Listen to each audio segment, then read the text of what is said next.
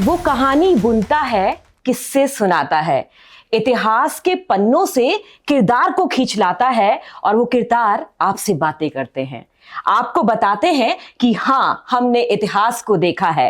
एक ऐसा ही साहित्यकार, एक ऐसा ही कहानीकार जो किस्सों की चाशनी गुनगुनाता है, आज मेरे साथ हैं। जानते हैं, उन्होंने करीब 3 दशक तक माइक को भी पकड़ा है, मंच को भी संभाला है, पर एक चीज कभी नहीं छोड़ी, वो है कलम का साथ। वो लिखता गया और इतना लिखा कि आज इतिहास के निकलकर किरदार मंचों पर बोलने लगे हैं। वो कहानी का मनोज है, वो किस्सों का राजन है और ज्ञान का त्रिपाठी है। मेरे साथ है मनोज राजन त्रिपाठी जी। आपका टाइम्स नेटवर्क में बहुत बहुत स्वागत है। हमारे शो आई ओपनर में आज सबकी आंखें खोल दीजिए। टाइम्स नेटवर्क को मेरी तरफ से बहुत शुक्रिया और रमा जी, आपने मुझे याद किया, इसके लिए बहुत मन से आभार। आपने मुझे कहा कि मैं साहित्यकार हूं और मैं कहानीकार हूं। मैं साहित्यकार तो नहीं हूं। वजह बता दूं क्यों। साहित्यकार होना बहुत दुरूह यात्रा है। जैसे बहुत टफ है वो। जैसे एक आदमी पहले इंसान बने और इंसान के बाद संत हो जाए, तो संत जो होगा वो साहित्यकार होगा। मैं तो वो नानी हूं जो कहानी सुनाता है। गर्मी के दिन हो, छत पर पहले से पानी डाल रखा हो, उसके बाद गद्दे बिछे, मामा मौसी सारे बच्चे सब वहां लेटे हो, चांद कुछ अपने शबाब पे हो और नानी सारे काम निपटा के जब छत पर आए तो हम उनसे कहें, नानी वो वाली कहानी सुनाइए ना, उस राक्षस के बारे में बताइए ना। तो वो जो नानी सुनाती थी, वो नानी डायनासोर की तरह गायब हो गई है। वो कहानी आदि मानव होता था, आदम हवा होती थी, ये हम सिर्फ जानते हैं, पढ़ा है, सुना है। उस तरीके से वो कहानियां गायब हो गई है। अब वो कड़क्को कोई नहीं खेलता, अब वो पोशंपा कोई नहीं खेलता, अब वो पर्ची निकाल के चोर सिपाही और कितने ठंडे कितने गर्म वाले किस्से कहीं नहीं होते। वो खेल जीरो काटा नहीं होता, कट्टम जीरो। हाँ, कट्टम जीरो, जीरो काटा, ये भी एक अंतर आ गया है। ये नहीं होते। हाँ। हम तुम्हारी ऊंच में रोटियां पकाएंगे, विष अमृत एक खेल हुआ करता था। हाँ। ये जो सारे थे, वो जो कहानियां थी, उनको वापस लाने की एक जद्दोजहद है। और साहित्यकार इसलिए नहीं कि मैं उस दुनिया में जा ही नहीं पाता, मुझे तो सिंपली कहानी बतानी है। जैसे आपसे बात कर रहा हूं वैसे ही। अगर आज की 58 से 60% जो आबादी जो यंग है, अगर मैंने उसको गांधी जी के बारे में बताना शुरू किया, तो गांधी जी के बारे में एक मीम निकलता है 2 अक्टूबर को लगभग, कि today is a dry day. दूसरा एक निकलता है कि वो अहिंसा परमो धर्मा, लेकिन केजरीवाल कहीं मिले तो पटक के मारना। इस तरीके के मीम्स बनते हैं किसी गांधी के लिए। उस गांधी के बारे में अगर मैंने आज की जनरेशन को बताना शुरू किया, तो किसी को सुनना नहीं है, वो नहीं सुनेगा।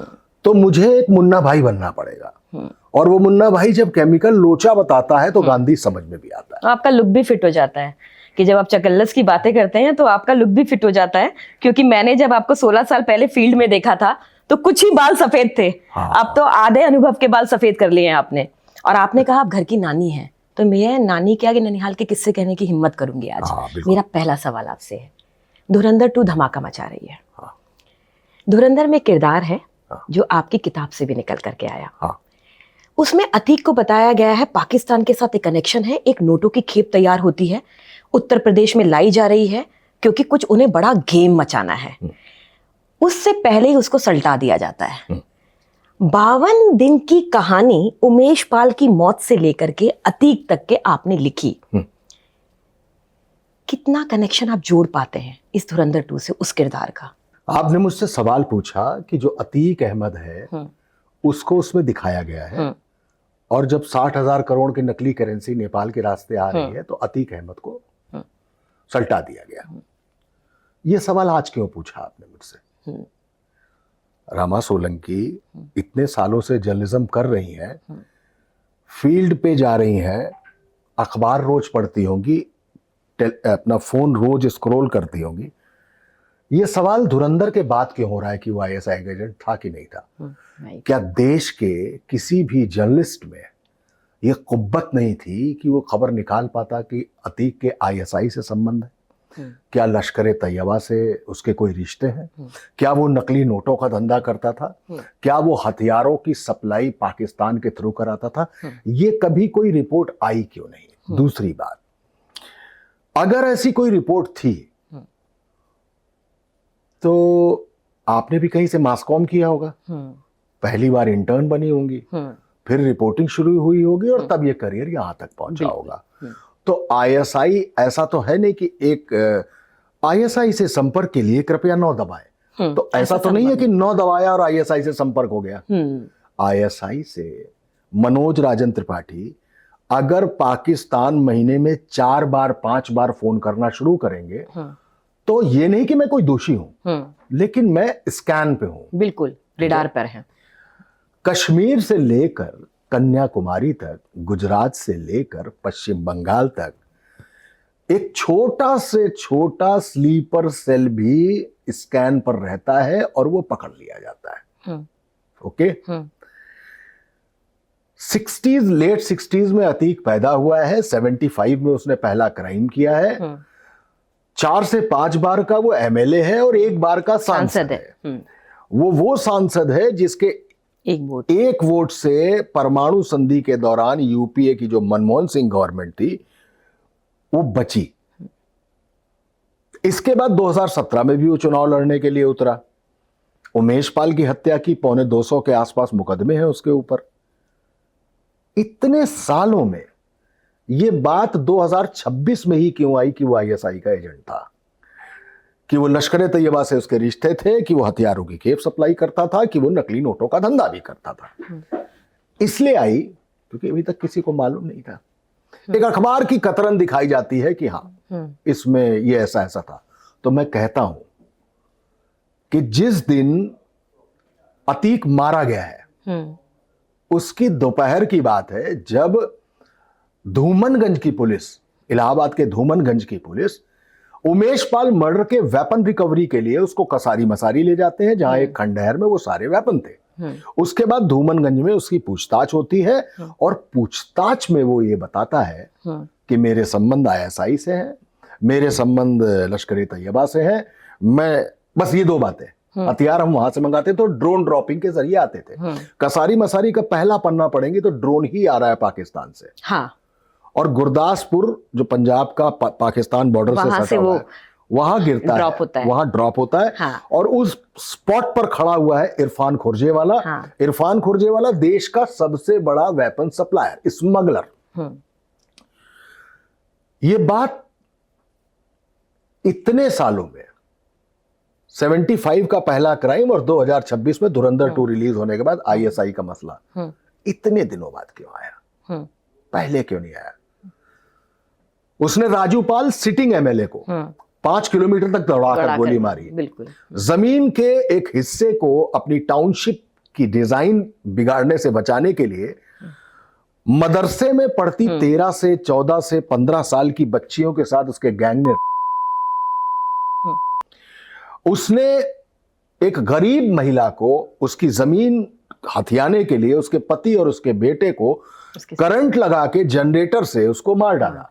उसने अपनी ही रिश्ते की एक बहन जिसका नाम अलकमा था, उस अलकमा की ऑनर किलिंग की। उसने अशोक साहू नाम के एक आदमी को केवल गाड़ी बैक न करने पर मारकर फेंक दिया। उसने चांद बाबा जो अपना गुरु था उसको मार दी, उसको छाती पर पैर रखकर गोली मारी। उसने हम्मन और जग्गा जो उसके चेले थे उसकी लाशें उठा के कसारी मसारी के जंगल में फोन फेंक करके कोतवाल को फोन किया, ए दरोगा जी लाशें पड़ी हैं उठा ले जाओ। वो अतीक था। उस अतीक के बारे में किसी को नहीं पता चला कि वो आईएसआई का एजेंट था। 2026 में जब उससे, माफ कीजिएगा 2023 में जब उससे पूछा गया तो उसने कबूल किया। क्या कोई इंटेलिजेंस ब्यूरो आईबी को आज तक पता ही नहीं था? क्या किसी भी रॉ को यह बात पता ही नहीं थी कि अरे यार, इलाहाबाद में बैठा हुआ, खुद को इलाहाबाद के फूलपुर का जवाहरलाल नेहरू कहने वाला, खुद को अमिताभ बच्चन इलाहाबाद का कहने वाला अतीक अहमद आईएसआई का एजेंट था। किसी को नहीं पता था। एक छोटी सी घटना बताता हूं। बिहार में एक डीजीपी थे, डीपी ओझा। डीपी ओझा ने शहाबुद्दीन के लिए एक रिपोर्ट बनाई जिसमें उन्होंने बताया कि शहाबुद्दीन के आईएसआई से संबंध है। उन्होंने पूरी एक डिटेल्ड रिपोर्ट बनाई और राबड़ी देवी, चूंकि उस वक्त मुख्यमंत्री थी, लिहाजा उनको दी। राबड़ी देवी ने वो रिपोर्ट कहा कि छोड़ दीजिए, लेकिन डीजीपी डीपी ओझा हटा दिए गए। यहां पर एक बात आती है कि एक अफसर ने बनाई रिपोर्ट, वो रिपोर्ट कूड़ेदान में ट्रैश कर दी गई। अतीक के लिए ऐसी कौन सी रिपोर्ट थी आज तक? कोई भी नहीं। इसलिए अब आते हैं धुरंधर 2 पे। धुरंधर 2 में जब आप शुरू से देखना शुरू करेंगी तो आपको उनके प्रोडक्शन, डिस्ट्रीब्यूशन, प्रोड्यूसर्स के लोगो दिखाई देंगे। Brand partners, media partners, OTT, satellite partners, music partners सब दिखाई देंगे। उसके बाद लगभग 70-80 सेकंड का एक डिस्क्लेमर आता है। इस कहानी के सभी पात्र काल्पनिक हैं। किसी भी जीवित या मृत व्यक्ति से इसका कोई लेना देना नहीं है और दर्शकों को सख्त हिदायत दी जाती है कि वो अपने विवेक का इस्तेमाल करें। इसके बाद तो कहानी खत्म हो जाती है। आज सारा मीडिया, आज सारे लोग इस बात पर बात कर रहे हैं कि वो आईएसआई एजेंट था एक धुरंधर फिल्म आने के बाद, जिसमें अतीक को आतिफ दिखाया गया, जिसमें नोटबंदी के दौरान, यानी नोटबंदी होने से ठीक पहले अतीक को 2016 में मार दिया। और वो उस इलियास से बात कर रहा था, पिक्चर में मेजर इकबाल से बात कर रहा था, जो 26/11 के हमले में कस्साब एंड कंपनी से लगातार सैटेलाइट फोन पर जुड़ा हुआ था। तो इस कहानी के सभी पात्र काल्पनिक है, किसी भी जीवित या मृत व्यक्ति से उसका कोई लेना देना नहीं है। यह है इस कहानी और उसके अतीक का सच। एक लंबी पत्रकारिता की दुनिया आपने देखी, बहुत उतार चढ़ाव देखे, और आपने कुछ ऐसे मामले किए जहां मुख्यमंत्री को अपने मंत्री को रातों रात सीट से हटाना पड़ा जी। ये कसारी मसारी कैसे जहन में आ गया, और आपने 52 दिन की कहानी क्यों लिखी? एक्चुअली हम लोग अतीक को जानते थे, विधानसभा आना जाना होता था, सपा कार्यालय आना जाना होता था, और इलाहाबाद तो राजू पाल का मर्डर भी कवर किया था। सुवेट्स कॉलेज में जब वीसी और वहां के प्रोफेसर्स को अतीक ने मारा था, तब अतीक को मैंने फोन करके लाइव पे बैठा रहा था। That time Suvit Awasthi was anchoring the show. मैं लाइव पे खड़ा था और अतीक इलाहाबाद से लाइव पे था। एक छोटी सी चीज बता रहा हूँ। और अतीक से बातचीत होती थी। बातचीत कैसे होती थी? अरे लाइव पे आ जाइए, यही तो है। हम किसको लाइव पे नहीं बैठाते? आप भी रिपोर्टर हैं। उस अतीक को जानते थे। मैं भगवान शिव पर एक किताब लिख रहा था और वो किताब करीबन 100 पन्ने के आसपास पूरी हो चुकी थी। अचानक मैंने देखा अतीक के मर्डर का विजुअल। ठीक है, लाइव अतीक के मर्डर का जब विजुअल मैंने देखा तो मैंने देखा कि ये विजुअल तो लाइव आ रहा है। हाँ, बिल्कुल लाइव। तो रमा ने कभी ऐसे कोई मर्डर को लाइव देखा है? क्या देश ने कभी देखा है सर? करेक्ट, मेरी अगली बात यही थी। हमने देखा कि आरुषि हत्याकांड में उनके पिता की जब पेशी हो रही थी डॉक्टर तलवार की, तो एक बंदे ने उन पर हमला किया। बिल्कुल। हमने कैमरे से कैप्चर किया, स्टूडियो लाए, टेप लगाया और डेफर्ड लाइव। ओके। हमने देखा कि अरविंद केजरीवाल को किसी ने तमाचा मारा, कभी स्याही फेंकी, कभी कुछ भी किया। हमने टेप किया, ओबी पे लगाया और देन डेफर्ड लाइव किया। ठीक है, ये केस लाइव था। तो मेरे जीवन का I have started on for TV 2003 और 4 लाइव पहली बार देखा। किसका देखा? 5 बार के विधायक, 1 बार के सांसद और राक्षस का। हाँ, मैं अतीक को राक्षस कहता हूं। हाँ, बिल्कुल, उससे क्रूर कोई नहीं। मैं रावण मानता हूं उसको, यजीद मानता हूं उसको। क्योंकि अगर बच्चियों का बलात्कार, वो भी मदरसे में पढ़ती हुई बच्चियों का, तो मुसलमान थी वो, ना हिंदुओं का था ना मुसलमानों का था। ठीक है, हाल उतार लेता था। बिल्कुल करेक्ट, बिल्कुल ऐसे ही था वो। उस अतीक को मरते देखने के बाद दिमाग में एक चीज आई, ये दोनों भाई एक साथ हथकड़ी में क्यों बंधे हैं? हाँ।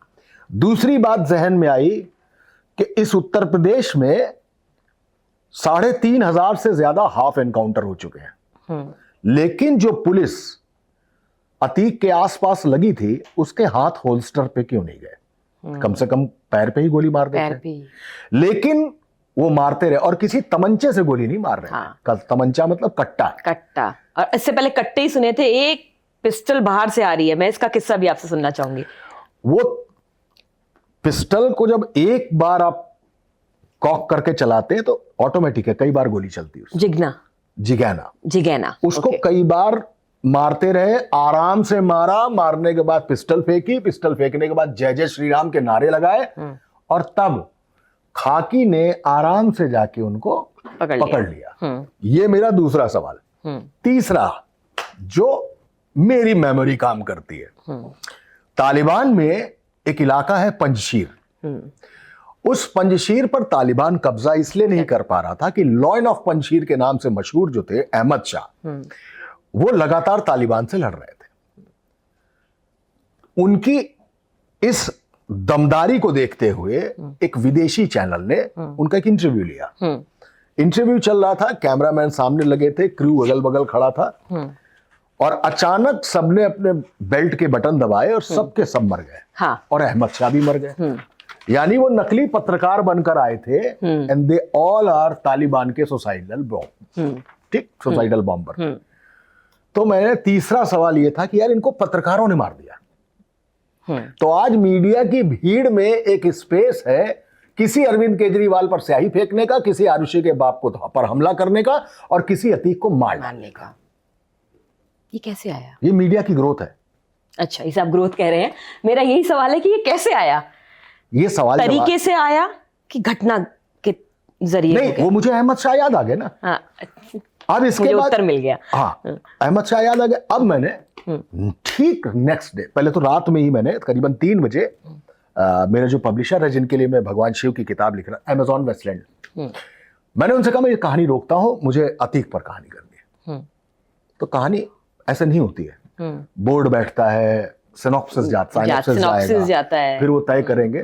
बट अगले दिन सुबह उनका फोन आया, दे ऑल डिसाइडेड अतीक पे करो। 52 दिन क्यों? हाँ, आ रहा हूं। फिर मैं रिसर्च पर निकल गया।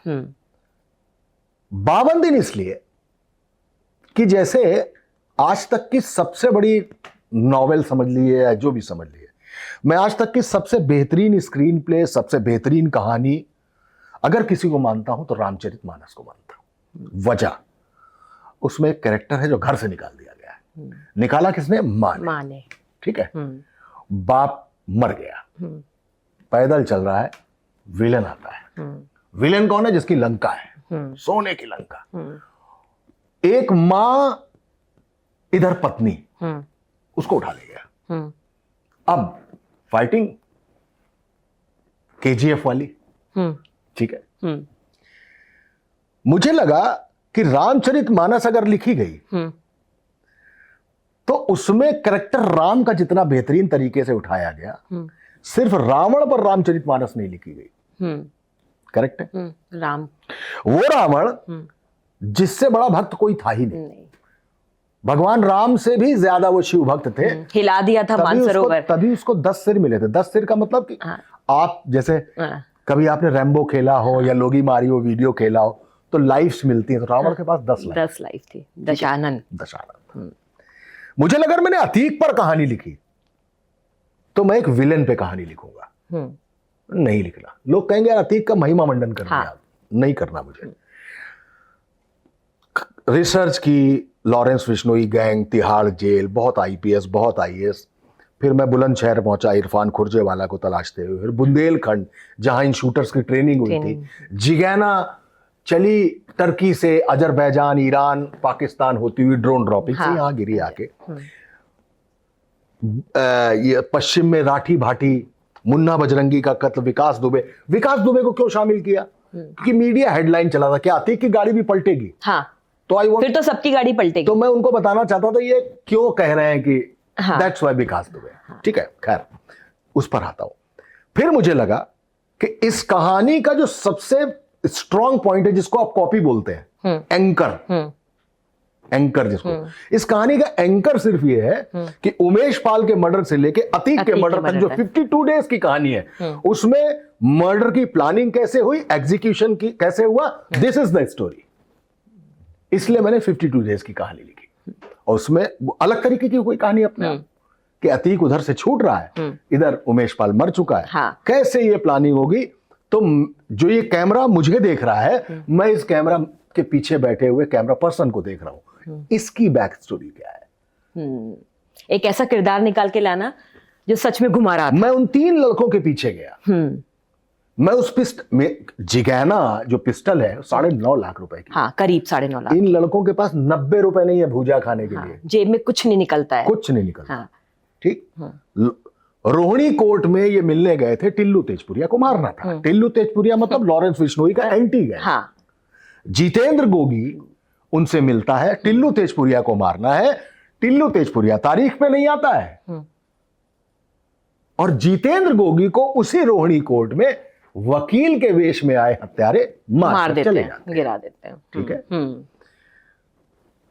जहां पे लोग नहीं देख रहे हैं, मैंने वहां दिखाना शुरू किया कि देख बाबू, इससे पहले रोहिणी कोर्ट है। हाँ। इससे पहले पंजाब के गुरदासपुर का ऊंचा टकला गांव है। आपने डॉट कनेक्ट किए। मैंने डॉट्स कनेक्ट किए। मैं बुंदेलखंड के पाठा के उन जंगलों में गया जहां वो अपने 2 दोस्तों को ट्रेनिंग दिला है। ये सब करते हुए पीछे से पॉलिटिकल प्लानिंग, पुलिस की क्या भूमिका थी, क्या पुलिस का रोल था, उन सबको ट्रेस करते हुए ये कहानी 52 दिन की लिखनी पड़ी। अतीक अहमद, क्योंकि आपसे ईमानदार प्रश्न का इस उत्तर कोई नहीं दे पाएगा, किसी से डरता था? बाबा से डरता था?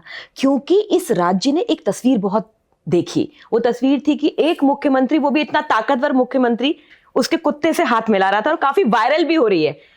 क्या सच में अतीक बाबा से डरता था, योगी आदित्यनाथ से डरता था? अतीक को बर्बाद करना शुरू अगर किसी ने किया था तो मायावती ने किया था। अच्छा। जब मायावती की गवर्नमेंट थी तो अतीक के शॉपिंग कॉम्प्लेक्सेस और कई गिरा दिए गए थे। That's because of that guest house का। हाँ। वो गेस्ट हाउस, मायावती की अपनी नाराजगी थी। उसके बाद आते हैं योगी आदित्यनाथ। योगी आदित्यनाथ आते हैं तब वो स्वीट्स कॉलेज वाले मसले पे था। पूर्वांचल के एक जेल में बंद था, जहां उसने अपने एक रिश्तेदार को बुलाया, अलकमा जिसकी बहन थी, और एक व्यापारी को बुलाया और जेल में खूब मारा। वो भूल गया था। अब एक भगवा वस्त्रधारी बन चुका है। जेल स्टाफ ने एक एफआईआर उसके खिलाफ कराई, और तब तक तमाम गैंगस्टर्स के हाफ इनकाउंटर हो चुके थे। उनकी अवैध संपत्तियां, उनकी इमारतें, उनकी बिल्डिंग्स बुलडोज हो चुकी थी, और योगी आदित्यनाथ बुलडोजर बाबा बन चुके थे। उसको समझ में आया कि अब हम यहां पे, मतलब कहते नहीं है कि छूले तो बेटा गेले, यहां तो गड़बड़ हो जाएगा। हाँ। मुन्ना बजरंगी जेल में मर चुका था। मुकीम काला जेल में मर चुका था। वो सब देख रहा था। उसने कोर्ट में अर्जी दी और साबरमती गुजरात की जेल मांगी।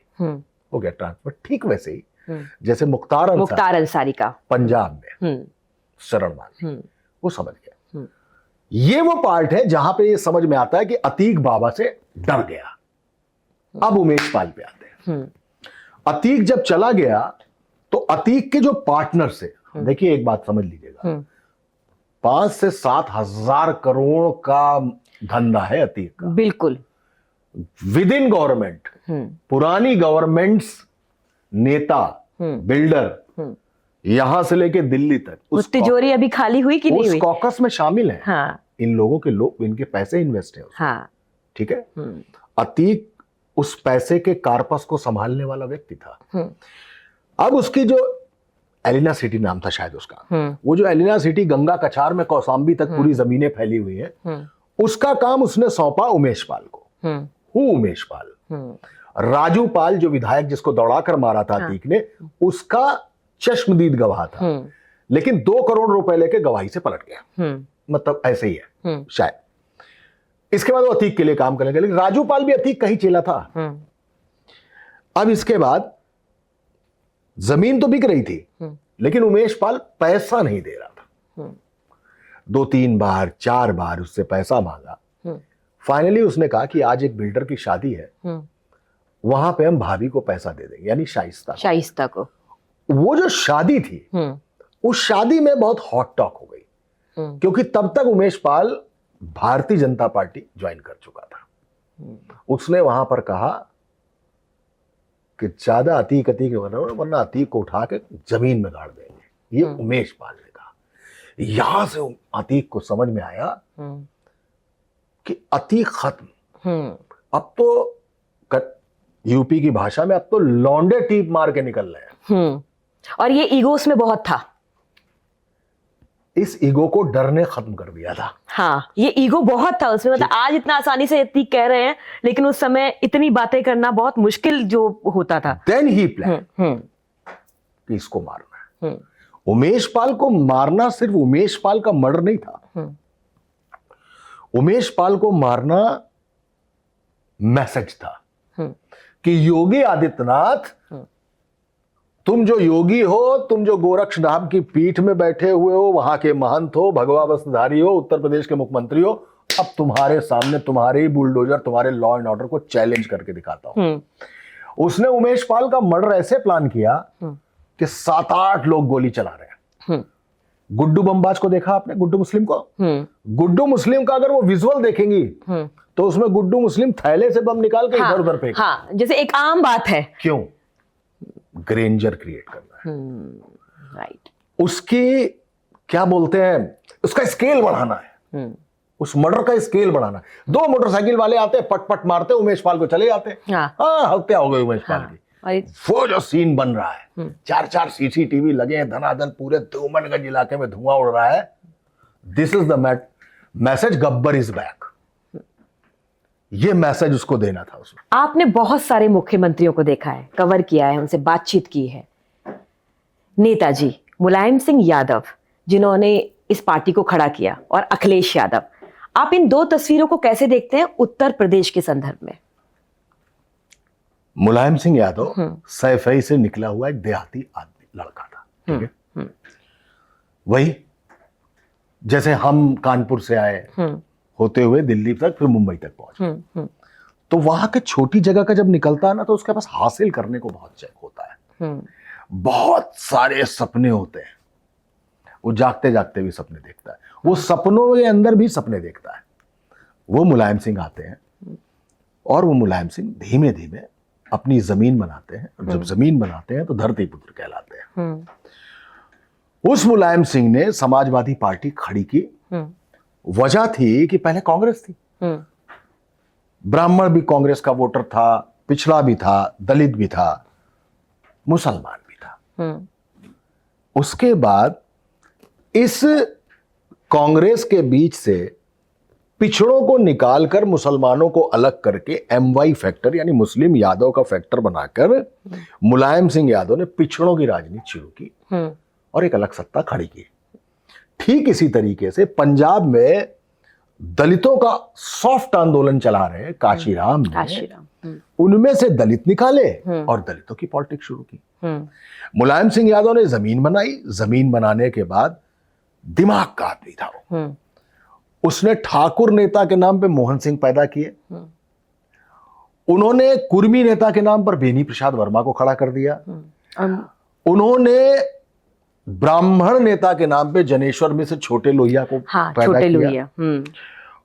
उनको यह मालूम था कि पार्टी को फाइनेंस कैसे आएगा, अमर सिंह लाए और ग्लैमर साथ में। ठीक है, आप देखिए किसी भी चुनाव में कभी शिल्पा शेट्टी आपको हाथ देती रहती, कोई मतलब नहीं है। बट वो शिल्पा शेट्टी उस वक्त एक स्टैंडी है जिसको देख के लोग आ रहे हैं। इस तरीके से मुलायम सिंह ने पार्टी बनाई, रक्षा मंत्री भी हुए और प्रधानमंत्री होते होते बचे। ठीक है, वो तो शरद यादव और लालू यादव की अपनी यादव पॉलिटिक्स में रह गया मामला। अब आते हैं अखिलेश यादव पे। एक चीज और बता दूं, मुलायम सिंह ने यह भी तय किया जिस दिन 82-83 में, शायद 84 में, फूलन देवी ने बहमई में 20-25 लोगों को लाइन में खड़ा करके गोली मारी थी, उसमें 3 ठाकुर नहीं भी थे। मुलायम सिंह ने उसी दिन बहमई में जाके धरना दे दिया था कि जब तक फूलन देवी गिरफ्तार नहीं होगी तब तक हम इस धरने से हटेंगे नहीं। लेकिन वही मुलायम सिंह जब मुख्यमंत्री बनते हैं तो फूलन देवी के सारे मुकदमे जनहित में वापस करके फूलन देवी को मिर्जापुर भदोही से टिकट देते हैं और सीधे संसद पहुंचाते। ये मुलायम सिंह थे। मुलायम सिंह ने अतीक को बनाया। अच्छा। हाँ, सांसद तो अतीक मुलायम सिंह की पार्टी का था ना। हाँ। मुलायम सिंह ने मुख्तार पे हाथ रखा, मुलायम सिंह ने पंडित सिंह पे हाथ रखा, मुलायम सिंह ने ददुआ जिसने बुंदेलखंड में 35 साल एक छत्र राज किया, जिसका सिर्फ एक स्केच 35 साल तक एसटीएफ के पास था, सिर्फ बड़ा डकैत, उसके बेटे को संसद पहुंचाया, उसके माफ कीजिएगा, उसके भाई को संसद पहुंचाया और बेटे को विधायक बनाया। ठीक है। सीमा परिहार निर्भय गुजर डकैत की पत्नी को, उसको भी मिर्जापुर से लड़ाया। ठीक है। ये मुलायम सिंह थे, खड़ा किया। जब राम बाबरी पे कार सेवा होने जा रही थी, मुलायम सिंह ने गोलियां चलवा दी। उन्होंने पॉलिटिक्स बताई, मस्जिद छू गए गोली मार देंगे। ठीक है। कितने लोग मरे, क्या हुआ, वो नृपेंद्र मिश्रा थे या क्या थे, मैं उसकी बात नहीं कर रहा हूं, मुख्यमंत्री वो थे, इसकी बात कर रहा हूं। ये मुलायम सिंह की पॉलिटिक्स थी। अब आते हैं अखिलेश यादव पे। सबसे बड़ी बात होती है कि अगर आपको किसी को बर्बाद करना है तो आप कभी उसको पानी में मत फेंकिए। अच्छा। अगर आपने पानी में फेंक दिया तो खुद को बचाने के लिए वो तैरना सीख जाएगा। जब अखिलेश यादव मुख्यमंत्री बने तो लगभग 2.5 साल तक, 2 साल तक गवर्नमेंट तो पर्दे के पीछे से मुलायम सिंह ने चलाई। हाँ, ये सत्य। वजह दुर्गा शक्ति नागपाल जैसी आईएएस को सस्पेंड कर दिया गया, ये बात अखिलेश यादव को नहीं मालूम थी। हाँ, और सब ये कहते रहे कि अखिलेश यादव के किया गया है, लेकिन उनको मालूम ही नहीं थी। नहीं मालूम। अखिलेश यादव, ये जब 84 कोसी को लेकर विवाद हुआ और अशोक सिंघल गिरफ्तार किए गए, अखिलेश यादव का साफ कहना था कि 84 कोसी विश्व हिंदू परिषद आ रहा है अयोध्या में, 84 कोसी परिक्रमा करने दीजिए उनको। मुलायम सिंह ने कहा तुम राजनीति नहीं जानते हो, जब तक रोकेंगे नहीं तब तक बवाल कैसे होगा। मुलायम सिंह ने वो जादू किया कि कल्याण सिंह ने बाबरी ढाई, मुलायम सिंह ने गोली चलाई। और वक्त की आयरनी देखिए, एक बार जब कल्याण सिंह ने राष्ट्रीय क्रांति पार्टी बनाई और समाजवादी पार्टी में उसका विलय किया, तो ध्रुवीकरण की पॉलिटिक्स करने वाले मुलायम सिंह, कल्याण सिंह एक मंच पर खड़े थे। मुलायम सिंह कल्याण सिंह जिंदाबाद के नारे लगा रहे, कल्याण सिंह मुलायम सिंह यादव के जिंदाबाद के नारे लगा रहे थे। इसके बीच परिवार में डिफ्लेक्शन हो गया। मुलायम सिंह ने अखिलेश यादव को राष्ट्रीय अध्यक्ष के पद से हटा दिया। शिवपाल पावरफुल हो गए। हाँ। बाकी और लोग पावरफुल हो गए, अखिलेश यादव अकेले पड़ गए। ठीक है। वहां पर अब वो बच्चा पानी में था। बिल्कुल। जिसको 2 साल 2.5 साल गवर्नमेंट चलाने नहीं दी जा रही थी। दंगे मुजफ्फरनगर में हो रहे थे तमाम, उसको चलाने ही नहीं दिया जा रहा था। एक अनीता सिंह जो आईएएस है, हाँ। वो अनीता सिंह अपने चीफ मिनिस्टर को बताती है कि हमने दुर्गा शक्ति नागपाल को सस्पेंड कर दिया। उस अखिलेश यादव ने इस डिफ्लेक्शन, परिवार का विघटन, अपने आप को वापस लाने की कुव्वत, तो वो आदमी वेट करने लगा, क्योंकि अब वो मसल गेन कर रहा था। झंझट नहीं थे तो सीखता कैसे? मुलायम सिंह कैसे सीखे? सैफई से आए, दिल्ली तक पहुंचे अपनी जमीन बनाते हुए। वो जो जमीन बनी थी उस पे अखिलेश अकेले खड़े थे, बनी हुई जमीन पे, जिसको लेगेसी बोलते हैं। लेकिन अखिलेश को उसी लेगेसी के लिए लड़ना पड़ा। हाँ। तो यात्रा उनकी भी बराबर हो गई। फिर अखिलेश यादव ने दम दिखाई और अखिलेश यादव ने ये जाना ही नहीं कि कोरोना कब आएगा, विजनरी तौर पर लैपटॉप पहले बांट दिया। हाँ। ओके। उस अखिलेश यादव को एक चीज मालूम थी, जिसको कहते हैं कि दिल्ली की सत्ता का रास्ता उत्तर प्रदेश से जाता है, और लोग कहते हैं कि दिल्ली दूर है। उन्होंने कहा अब दिल्ली दूर नहीं, एक्सप्रेस वे बना दिया, शानदार रिवर फ्रंट बनाया, JPNIC बनाया। लेकिन उस पे जाने से डरते रहे। किस पे? एक्सप्रेस वे की कहानियों पर, जब कहते थे कि नहीं, इससे जो गुजरेगा वो जाएगा। बाबा कई बार गुजर गए। नोएडा। हाँ जी। वो एक मिथ है, उस पर हाँ, मतलब लोग काफी चर्चा करते हैं, और मुझे लगता है कि ये शायद एक आपस का चकल्लस खेला जाता है। वो ठीक है। हाँ। मैं हमेशा क्या करता हूँ, जब मैं सारेगामा और ऑल इंडिया विनर भी रहा हूँ उसका। अच्छा। सिंगिंग में। हाँ। तो मेरी बहन का एक कड़ा था। हाँ। जो मतलब लड़कियां पहनती हैं। हाँ। बड़ा मोटा सा था। हाँ। तो मैं उसको ऐसे खेल खेल में पहन लेता था। एक बार यूं ही पहन के चला गया और गाना गाया तो जीत गया फर्स्ट प्राइज। अच्छा, लक्की कड़ा। वो लक्की कड़ा वो ऐसा रहा कि गायकी छूटी फिर कड़ा उतरा वो। अच्छा, वो है नोएडा का मिथ। अच्छा, ठीक है। वो है नोएडा का मिथ। हाँ। तो इस तरीके से होता है। चलिए, आज मिथ भी तोड़ दिया यहाँ पर। और कुछ नहीं, फैक्ट चेक। वो सारी बात है, वो सारी अलग बात है। लेकिन वहां से अखिलेश यादव ने खुद को खड़ा किया। वही अखिलेश यादव थे जिन्होंने उसी अतीक अहमद को, जो मुलायम सिंह के लिए दबंगई लाता था, सीट लाता था, 4-5 आसपास की सीटें डराकर धमकाकर वोटों की फसल कमाता था, उस अतीक अहमद को मंच से धक्का मारा। एक बात। फिर जब फैमिली डिफ्लेक्शन हुआ तो अध्यक्ष बने शिवपाल यादव, उन्होंने टिकटों की एक लिस्ट निकाली 2016 में, अतीक अहमद को कानपुर कैंट से टिकट दे दिया। लेकिन अखिलेश यादव जब रिवर्ट हुए तो उन्होंने अतीक अहमद का टिकट काट दिया। कैसा देखते हैं आप इनका भविष्य? अखिलेश यादव? हाँ, अखिलेश यादव 2024 के चुनावों में उस व्यक्ति ने उस भाजपा को 63 से 32 पे लाके खड़ा कर दिया। शायद अगर मेरा आंकड़ा सही है, 1-2 सीट ऊपर नीचे, 63 से 32 पर लाकर खड़ा कर दिया उस भाजपा को, जिस भाजपा का इंडक्शन ही यूपी से है। हाँ।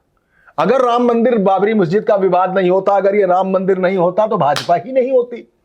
वरना आडवाणी ने यात्रा शुरू की, उसके बाद बाबरी टूटी, कल्याण सिंह गए, फिर कोर्ट से जीते, मंदिर बनाया, मोदी जी ने शिलान्यास किया, मोदी जी ने उसका देवार्पण किया, देवार्पण करने के बाद पताका लहरी, उस समय वो ऐसे हाथ उनके जा रहे थे। लेकिन वही अयोध्या हार गए। और अयोध्या हराया किसने? अवधेश ने। हाँ, और उसको साथ लेके बैठते चिढ़ाने के लिए कि देखो ये अवधेश। अवधेश है कौन? अवधेश का मतलब क्या है? भगवान राम का नाम था अवधेश। अवध के रहने वाले ईश को कहते हैं अवधेश। उसी अवधेश ने हरा दिया, और इसलिए बैठते हैं लेकर के चिढ़ाने के लिए। तो अखिलेश यादव ने उत्तर प्रदेश में हराया। हाँ। वही उत्तर प्रदेश कि 3 बार गुजरात का मुख्यमंत्री होने के बाद जब प्रधानमंत्री बनने की नौबत आई तो नरेंद्र मोदी को गुजरात छोड़ के उत्तर प्रदेश आना पड़ा और वाराणसी चुनना पड़ा। क्योंकि उत्तर प्रदेश से ही रास्ता निकलता है दिल्ली की सत्ता का। तो नरेंद्र मोदी को भी वहीं आना पड़ेगा जहां से 1 दर्जन प्रधानमंत्री दिए हैं। जिस प्रदेश ने, उस प्रदेश में उस भाजपा को अखिलेश यादव ने हराया 2024 में, और अपने पिता से कहीं ज्यादा संसद लेके वो संसद में देश की नंबर 3 की पार्टी बने हुए हैं। ओके। अब तो उनके पास खोने के लिए 2 बार से सरकार में नहीं है, इस बार है। इस बार उनके दांव पर है कि अब करके दिखाना है। ये आप 27 की बात कर रहे हैं? मैं 27 की बात कर रहा हूं। अब तो दिखाना होगा ना।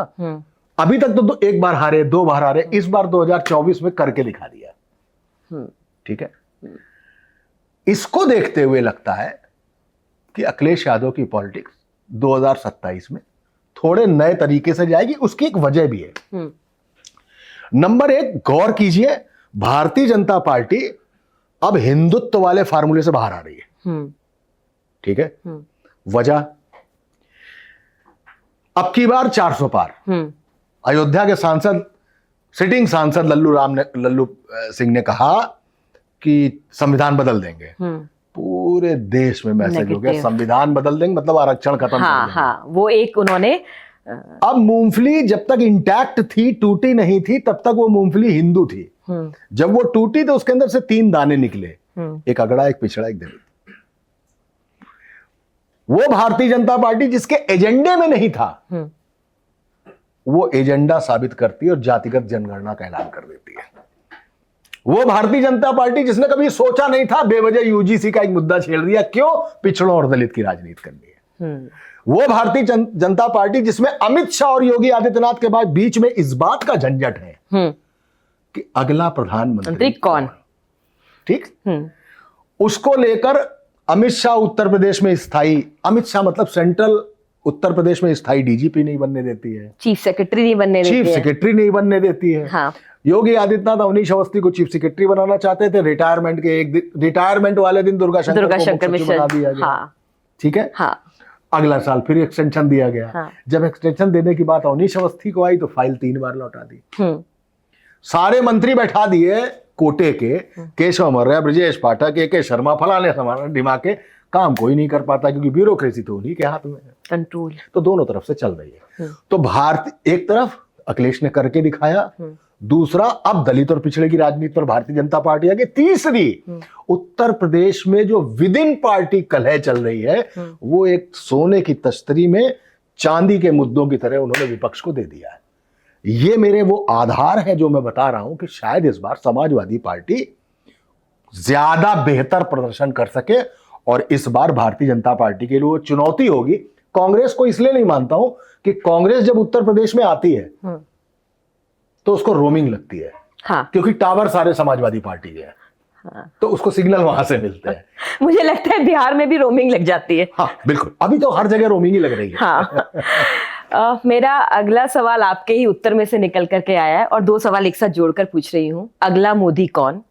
दूसरा, क्या योगी आदित्यनाथ के लिए रोड़ा बाहर की पार्टियां ही नहीं अंदर से भी है? बाहर की कौन सी पार्टी? होता ना कि नहीं हम इन्हें बनने नहीं देंगे, अंदर ही शुभचिंतक है।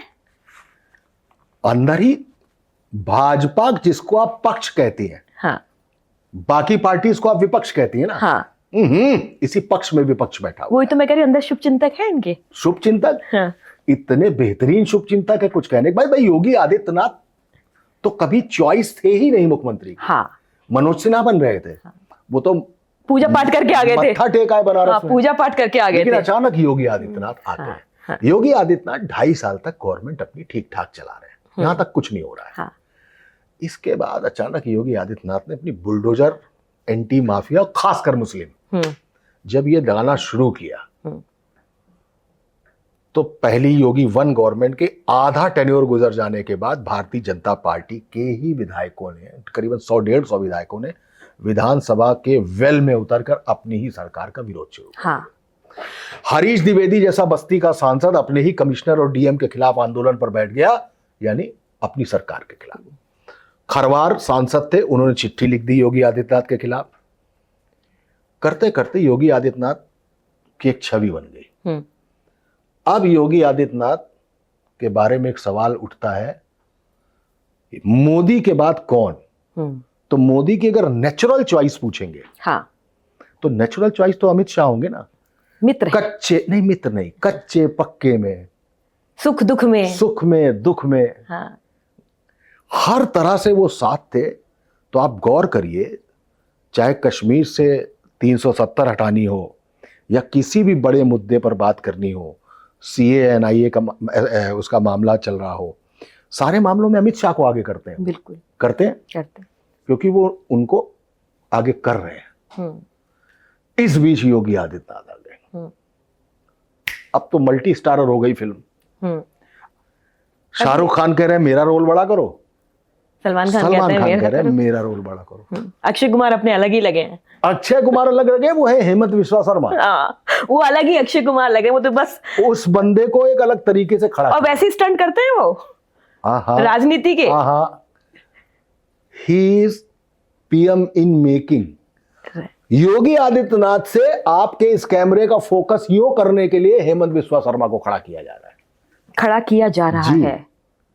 शिवराज चौहान एक चॉइस हो रहे थे, डोंट से सो। अच्छा, शिवराज चौहान बिल्कुल तय के आसपास तक पहुंच चुके थे। वो 3-4 उन्हें तो ट्रैक्टर और हल के बीच में फंसा दिया है सरकार। ठीक है, उनको खेती करने दीजिए। अच्छा, ठीक, मतलब उनको खेती पे लगा दिया। हाँ। खेती पे वसुंधरा को भी लगा दिया। हाँ। कि अब आप राजघराना संभालिए। हाँ। ठीक। तो ये होता है भाजपा में। तो योगी अब चाहे कश्मीर जाए, योगी अब चाहे बंगाल में जाए, योगी अब चाहे गुजरात में जाए, योगी अब जाए साउथ में जाए, जहां जाएंगे उनको जाना, उनको भेजना भारतीय जनता पार्टी की मजबूरी है, और यही योगी की मजबूती है। हाँ, उनकी मजबूरी और इनकी मजबूती। भगवा करते हैं तो भगवा तो एक ही धारण करे खड़े हुए हैं। देखा जाए तो बाबा एक बड़ा चेहरा है, भगवा पहने हुए हैं। भारतीय जनता पार्टी का जो झंडा है, जो सेफ्रॉन कलर है, हाँ, वो सेफ्रॉन आपको उनके बटोगे कटो में भी दिखाई देगा। बटोगे तो कटोगे। शमशान कब्रिस्तान में भी दिखाई देगा। हाँ। भारत पाकिस्तान में भी दिखाई देगा। हिंदू मुसलमान में भी दिखाई देगा। और जब ये सेफ्रॉन देखते आप आएंगे, तो अगर सेफ्रॉन यानी भगवा वस्त्र पहन के खुद एक पीठ का महंत आकर, जो खुद योगी कहलाता है, वो जब विधानसभा में मुख्यमंत्री बन जाता है, तो अपने आप भाजपा और हिंदुत्व की एक प्रतिमूर्ति तैयार होती है। बिल्कुल। और जो लोग हैं जो इस बात से परेशान होंगे कि अगर मोदी सरकार हटी तो मोबीन अपने घर से उठेगा और मैकू की गर्दन उतार देगा आगे। ये जो डर के आगे जीत वाला मुद्दा चल रहा है, यहां पे सारा खतरा है, सारा वोट इसी चक्कर में जा रहा है। उसमें आप गौर करिए, जब अटल जी थे सॉफ्ट लाइनर थे, अडवाणी हार्ड लाइनर माने जाते थे, रथ उन्हीं ने निकाला।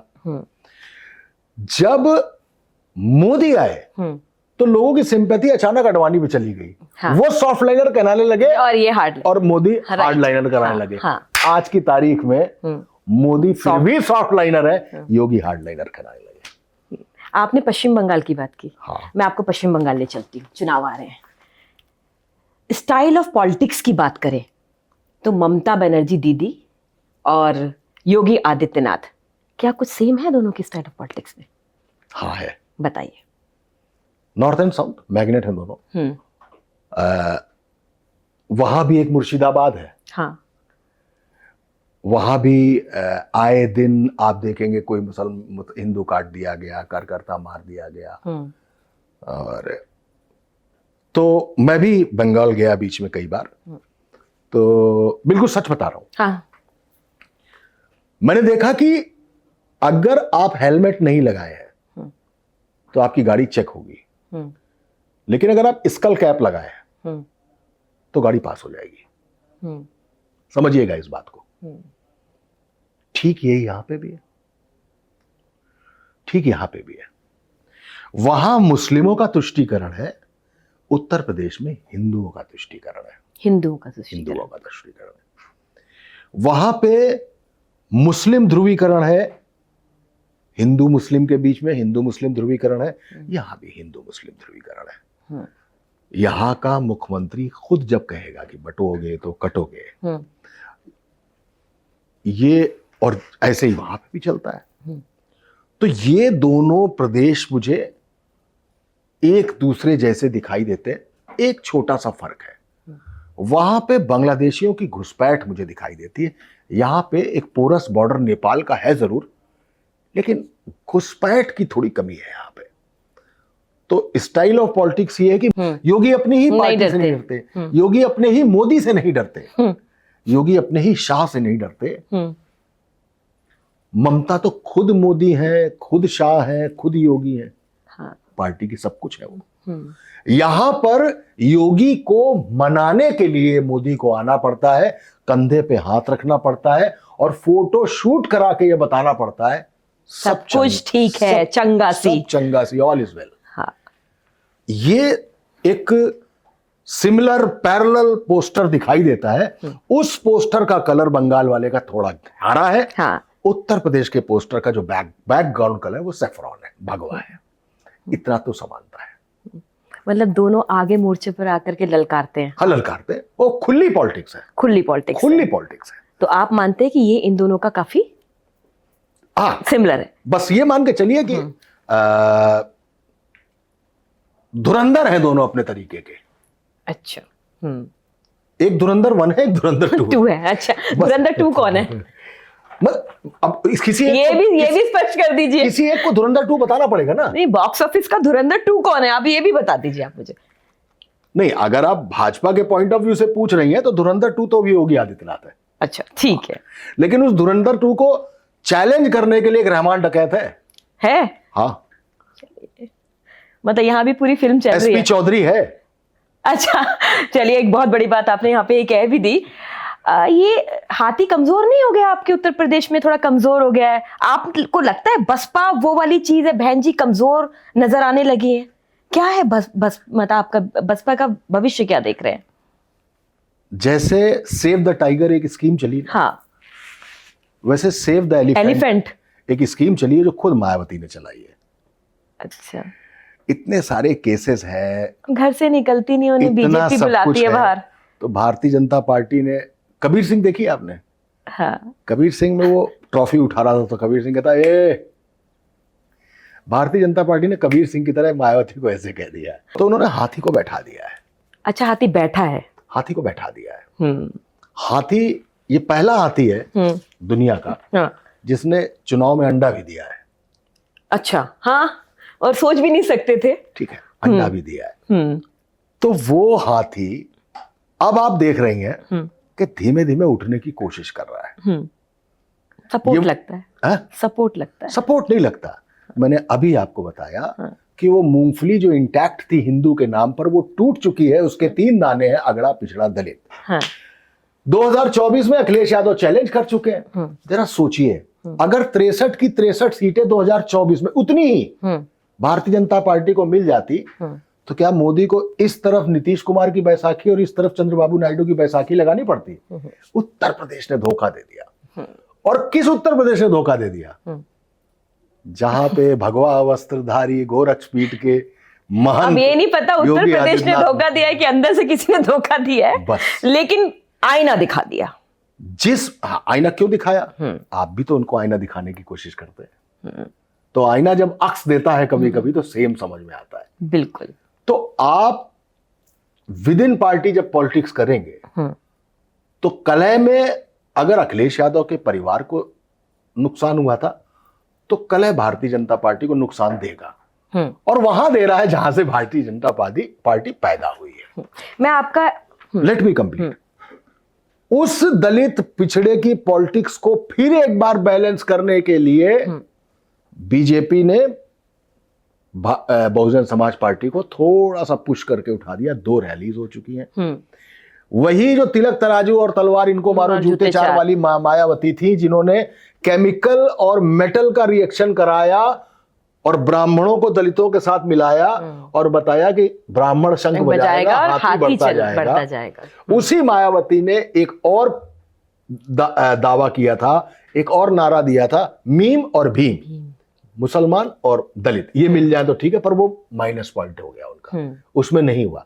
तो उस दलित को रोकने के लिए, मुसलमान का वोट थोड़ा सा काटने के लिए, थोड़ा सा पिछड़े अपनी तरफ मोड़ने के लिए भारतीय जनता पार्टी ने फिर एक बार कृपया मायावती को खड़ा करने के लिए 9 दबाए। अच्छा। उसने 9 दबा दिया, तो मायावती फिर खड़ी हो रही है। इस बार वो फिर धीमे से दिखाई दे रही है, और हो सकता है इस बार रिजल्ट उनका कुछ ठीक हो।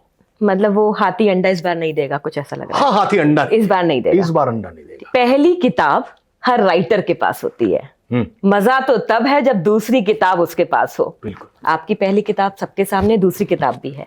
मैं बात कर रही हूँ कसाईवाड़ा की। मोहब्बत है, बारूद है, जासूसी है, और एक कसाई भी है, और एक तबायफ की नजाकत भी है। क्या है कसाईवाड़ा?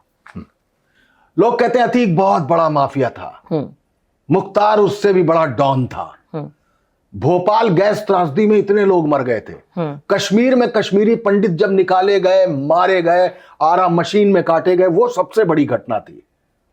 सुनामी में इतना लोग मार दिए गए, युद्ध में इतने मारे जाते, सब बातें आती हैं।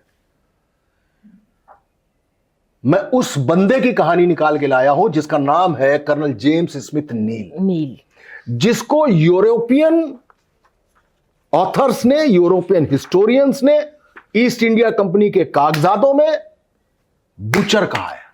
उस बुचर ने 63 डेज में लगभग 80,000 लोग मारे हैं। कहां? बरेली, फैजाबाद, लखनऊ, कानपुर, इलाहाबाद। यहां पर मैं उस तवायफ को लेकर आया हूं जो थी तो हिंदू, लेकिन बनी, उसको अंग्रेजों ने उठाया, उसके संग जो हैवानियत कर सकते थे की, फिर उसको कोठे पर भेज दिया 12 साल की उम्र में। अजीजन भाई। हाँ। उस अजीजन भाई को जो नृत्य सिखाया, हाँ।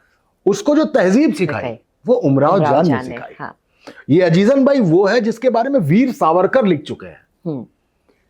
वो अजीजन भाई उस वक्त जासूस है जिस वक्त जेम्स स्मिथ नील सबसे बड़ा रावण है, ये जीत है उस साल का। मैं बताना चाहता था कि अतीक क्या है, इसको देखो। ये 1 मिनट दिखाऊंगा आपको। ये किला है, ये भगवा झंडे हैं, ये हरे झंडे हैं, ठीक। ये भगवा झंडा पेशवाई है, नानाराव पेशवा ने लड़ाई लड़ी, बाजीराव पेशवा के वंशज। ये हरे झंडे उस बहादुर शाह जफर के हैं जिस बहादुर शाह जफर ने गदर का को नेतृत्व किया था, कैप्टन था वो उसका। मैं ये बताना चाहता हूं कि ये हरा और भगवा तब एक था, तब वो देश के लिए लड़ रहा था। मंगल पांडे को किसी ने कीड़े ने काटा था कि अकेले फांसी पे चढ़ जाएंगे। मंगल पांडे तो ये कहा था ना कि अरे इसमें गाय की भी चर्बी है, इसमें सुअर की भी चर्बी, हिंदू मुसलमान दोनों के लिए कर रहे थे ना वो। मैं ये बताना चाहता हूं कि जिस धुरंधर 2 में आप सैकड़ों पाकिस्तानियों को मरता देखकर खुश हो रहे हैं और ताली बजा रहे हैं, जरा 100 सवा 100 साल 150 साल पीछे चलिए और देखिए कि हजारों हिंदुस्तानियों को कैसे एक आदमी ने मारा था। ये मेरे दिल की वो कहानी है। इसलिए इसमें एक जासूस है, इसमें तवायफ है अजीजन भाई, इसमें नानाराव पेशवा है, इसमें झांसी की रानी है, और इसमें सबसे बड़ा शैतान है, एक रावण है जिसका नाम है कर्नल जेम्स स्मिथ नील, जिसने मुसलमानों को सूअर का मांस खिलाया और तब फांसी पर चढ़ाया, जिसने हिंदुओं को गाय खिलाई फिर फांसी पे चढ़ाया, जिसका शौक था कि अगर औरत प्रेग्नेंट है तो जो एनफील्ड मस्कट जिसको लेकर मंगल पांडे ने जंग छेड़ी थी, उस मस्कट की बुलेट नहीं वेस्ट करता था वो। उसके आगे जो संगीन लगी होती थी वो प्रेग्नेंट औरत के पेट में डालकर मार देता था उसको। कहता था bullets are precious, womens are not, Indians are not. उस दरिंदे की कहानी है ये। उससे हम लड़े कैसे हैं वो कहानी है कसाईबाड़ा। मतलब हम चंगेज खान की, औरंगजेब की और ये बातें किससे निकालते हैं, अकबर के, सबके, तो हम इन तस्वीरों पे बात करते हैं, लेकिन हम ऐसे लोगों पे बात नहीं करते जो इनसे भी ज्यादा क्रूर रहे हैं। अकबर ने चित्तौड़ में 6 महीने में 40,000 हिंदुओं की हत्या की थी। इसको लेकर बड़ा बहस, बड़ा बवाल। टीपू सुल्तान, जो हमने किताबों में पढ़ा था, हो सकता है भाई किसी ने मुस्कोट किया हो, हमें गलत पढ़ाया गया, मान लिया मैंने। अब तारीख में तो आज की ये भी है कि जवाहरलाल नेहरू ने भी देश बनाया ही नहीं था, वो थे ही नहीं। सवाल तो ये भी है कि गांधी जी बहुत बड़े बकवास आदमी थे जिन्होंने इस देश के साथ अन्याय कर दिया। कभी भी किसी, यूं तो भगवान राम को भी लोग कहते हैं ठीक, कि उन्होंने कहा ढोल गवार शूद्र पर सुनारी सकल ताड़ना के अधिकारी। हर दौर में अपने अपने मत है लोगों के, ठीक है। वहां पर अकबर ने 40,000 हिंदू मार दिए। टीपू सुल्तान हिंदुओं का सबसे बड़ा दमनकारी था, हो गया। और हुमायूं रोड का नाम बदल दो, अकबर रोड हटा दो, एनसीईआरटी की किताब से टीपू सुल्तान के चैप्टर खत्म कर दो, बहुत अच्छा है। इलाहाबाद का नाम बदल के प्रयागराज कर दो। जो भी कहीं पे खां या उर्दू शब्द दिखाई दे, उस जगह का, उस रोड का, उस पत्थर का, उस नल का, उस हैंडपंप का नाम बदल दो। बदल दो भैया, तुम्हारा समय है, बहुत अच्छी बात है, तुम बदल दो। क्यों? इससे वोट मिलता है। मुगल से वोट मिलता है, मुस्लिम से वोट मिलता है। अभी योगी आदित्यनाथ ने कहा कि उर्दू कट्टरवादियों की भाषा है। उर्दू भाषा भी कट्टरवादियों की हो गई, ठीक है। वो नाम बदल दिए, बहुत अच्छा किया। हडसन जो अंग्रेज अधिकारी था, उसने बहादुर शाह जफर तो क्रांति कर रहे थे, उनके दोनों बेटों का सर काट के दरवाजे पर लटकाया था। उस हडसन की कब्र लामाटनर में क्यों है, लखनऊ में। जिस जेम्स स्मिथ नील की बात मैं कर रहा हूं, जिसने हजारों को मारा, चेन्नई के चौराहे पर उसकी मूर्ति लगी थी।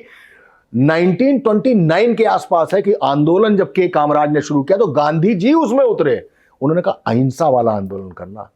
आजादी के बाद उस जेम्स स्मिथ नील की मूर्ति चेन्नई के चौराहे से हटा के संग्रहालय में रखी गई। इतना बड़ा क्रूर था कि मूर्ति हटानी पड़ी, ठीक।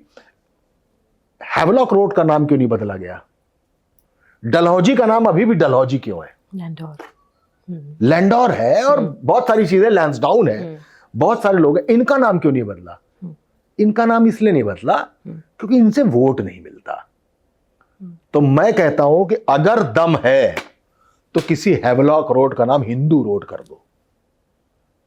किसी नील के नाम पर जो नील गेट है या नील लाइंस है, उसका नाम बदलो ना, कुछ नीलकंठ कर दो, उसको कर दो उसको। वो नहीं करोगे, उससे वोटवा नहीं मिलता, उससे वोट की फसल नहीं कटती। अकबर पे बात करोगे, और मैं कब्रों की बात इसलिए कर रहा हूं कि एक राजा राम जाट थे जिन्होंने अकबर की कब्र खोद दी थी, अस्थियां उठाकर फेंक दी थी, वो आप कभी भी देखिएगा कि राजा राम जाट की जब जयंती आती है, हर भाजपा के नेता के ट्विटर हैंडल से राजा राम जाट की फोटो दी जाएगी कि इस आदमी ने अकबर की कब्र खोद के अस्थियां निकालकर फेंक दी, जला दी थी।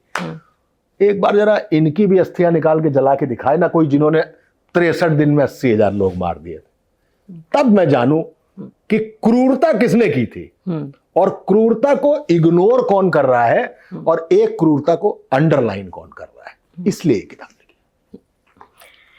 समय की अगर सीमा ना हो तो इतने किस्से हैं आपके, और मैं यही कहना चाहूंगी कि आई ओपनर के शो में आपने सच में आंखें खोली और कई ऐसी बातें सामने निकल कर कहीं कि मुझे ऐसा लगता है कि कसाईवाड़ा को तो पढ़ा जाना चाहिए। साथ में ये भी समझना चाहिए कि हम असली मुद्दे पे नील नहीं कर पाते हैं, हम इधर उधर के पोस्टर हटाने लगते हैं। हाँ।